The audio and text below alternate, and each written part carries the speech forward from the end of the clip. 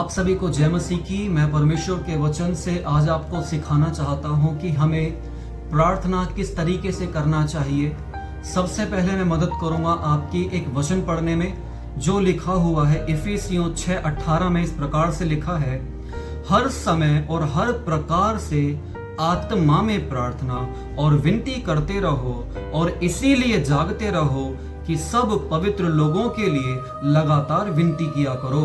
आमीन।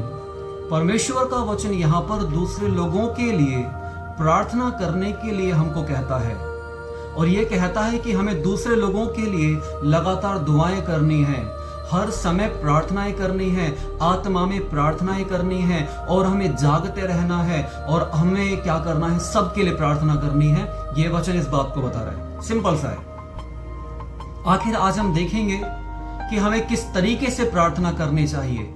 आप और मैं जो प्रार्थनाएं करते हैं वो गलत नहीं है, हमें लगातार उन दुआओं को भी करना है। बस मैं थोड़ा सा आपकी मदद करना चाहता हूं इस बात में कि एक सिस्टमैटिक तरीके से आप और मैं प्रार्थना करना सीख जाएं। जो मैंने सीखा मैं आपको भी सिखाना चाहता हूं कि आपको और मुझे किस तरीके से, किस रीति से प्रार्थना करना जरूरी है। जो आप करते हैं अच्छा है और जो मैं बताने वाला हूं वो भी बहुत अच्छा आपको लग सकता है, तो आप भी अपनी प्रार्थनाओं में इस बात को शामिल करें। आइए हम सीखते हैं किस तरीके से हमें प्रार्थना करना चाहिए। हम जो प्रार्थना करते हैं हमारी एक पोजीशन ये होती है प्रार्थना करने की और दूसरी पोजीशन हाथों की ये होती है। हम ऐसे भी प्रार्थना करते हैं और ऐसे भी प्रार्थना करते हैं। आप ऐसे प्रार्थना करो या ऐसे प्रार्थना करो, दोनों तरीकों से आपकी मेरी प्रार्थना सुनी जाएंगी। लेकिन आज हम इस तरीके से प्रार्थना करना सीखेंगे। किस तरीके से प्रार्थना की जाती है। पहला, उंगलियों में हमारे पास 5 उंगलियां हैं, पहली, दूसरी, तीसरी, चौथी और 5वीं। जो ये पहली फिंगर है, ये जो पहली फिंगर है जो मैं हिला रहा हूं, ये पहली फिंगर इस बात का प्रतीक है। हमें ऐसे लोगों के लिए प्रार्थना करना चाहिए जो लोग दबे कुचले हैं, जो गरीब हैं, अनाथ हैं, परेशान हैं, बेरोजगारी में हैं, गरीबी में हैं, खाने को नहीं है और वो लोग मर जाते हैं। गरीबी अवस्था में वो लोग अपने जीवन को जी रहे हैं। हमें ऐसे लोगों के लिए प्रार्थना करनी है जो इन बड़े उंगलियों के साथ दबी हुई है। हमें दबे कुचलों के लिए प्रार्थना करना है। दूसरी फिंगर जो है, जो मैं उंगली हिला रहा हूं, इसको बोलते हैं रिंग फिंगर। इसका मतलब यह है कि हम लोगों को अपने रिश्तेदारों के लिए, जो हमारे कुटुंब के लोग हैं, हमारे समाज के लोग हैं, हमारे रिश्तेदार हैं, हमें उन लोगों के लिए क्या करना है, प्रार्थना करना है। अक्सर आप और मैं अपनी प्रार्थनाओं में अपने रिश्तेदारों को, अपने परिवार को हम भूल जाते हैं। हमें प्रार्थना करना है अपने रिश्तेदारों के लिए कि वो हर एक बीमारी से बचे रहें, हर एक गरीबी से बचे रहें, हर एक कठिनाई मुसीबत से बचे रहें और वो सत्य को जाने और प्रभु यीशु के पास आ जाएं और प्रभु के पास पहुंच पाएं। हमें उन लोगों के लिए प्रार्थना करनी है जो हमसे जुड़े हुए हैं, जिनके लिए प्रार्थना करना बहुत जरूरी है।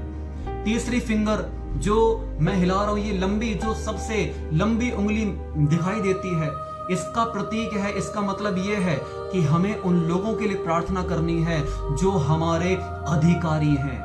अधिकारी मतलब हमारे पास्टर भी हो सकते हैं और हमारे अधिकार प्रधानमंत्री, राष्ट्रपति, रक्षा मंत्री, रेल मंत्री, है ना, सारे मंत्रियों के लिए, सारे विधायकों के लिए, सारे अधिकारियों के लिए जो बड़े बड़े पदों पर इस देश को चला रहे हैं, बैठे हुए हैं। हमें उन लोगों के लिए क्या करना है, प्रार्थना करना है। अर्थात उन लोगों के लिए प्रार्थना करना है जो लोग अधिकारी हैं। अक्सर हम अपनी प्रार्थनाओं में अधिकारियों को भूल जाते हैं जो इस देश का संचालन कर रहे हैं, जो इस देश को चला रहे हैं। हमें ऐसी प्रार्थना करनी है कि प्रभु आप हमारे अधिकारियों को संभालें, हमारे अधिकारियों को जो देश को चला रहे हैं उनको देश को चलाने के लिए शक्ति दे, समझ दे, सहायता करे ताकि वो देश का सही तरीके से संचालन कर सके। हमें अपने अधिकारियों के लिए प्रार्थना करना जरूरी है। चौथी जो फिंगर है जो मैं आपके सामने दिखा रहा हूं, ये वाली फिंगर, अक्सर ये फिंगर यदि मैं बताऊं आपको तो इसका मतलब ये है ऐसे लोगों के लिए प्रार्थना करनी है जो हमारे दुश्मन है, जिनसे हमारे झगड़े हुए हैं, किसी ने हमको मारा है, हमारी बेइज्जती की है, हमें गलत बोला है, हमें गलत बातों में फंसाया है। हमें ऐसे लोगों के लिए प्रार्थना करनी है जिन लोगों को के ऊपर हम उंगली उठाते हैं, दोष लगाते हैं, कहते हैं ये ऐसा है, ये वैसा है, ये वो, बहुत सारी बातें आप और मैं कहते हैं। प्रभु का वचन बताता है कि अपने दुश्मनों के लिए प्रार्थना करो। ये बड़ा कठिन हो जाता है हम लोगों के लिए कि हम सब कुछ तो कर सकते हैं, लेकिन दुश्मनी के लिए प्रार्थना करना हमारे लिए बहुत कठिन हो जाता है।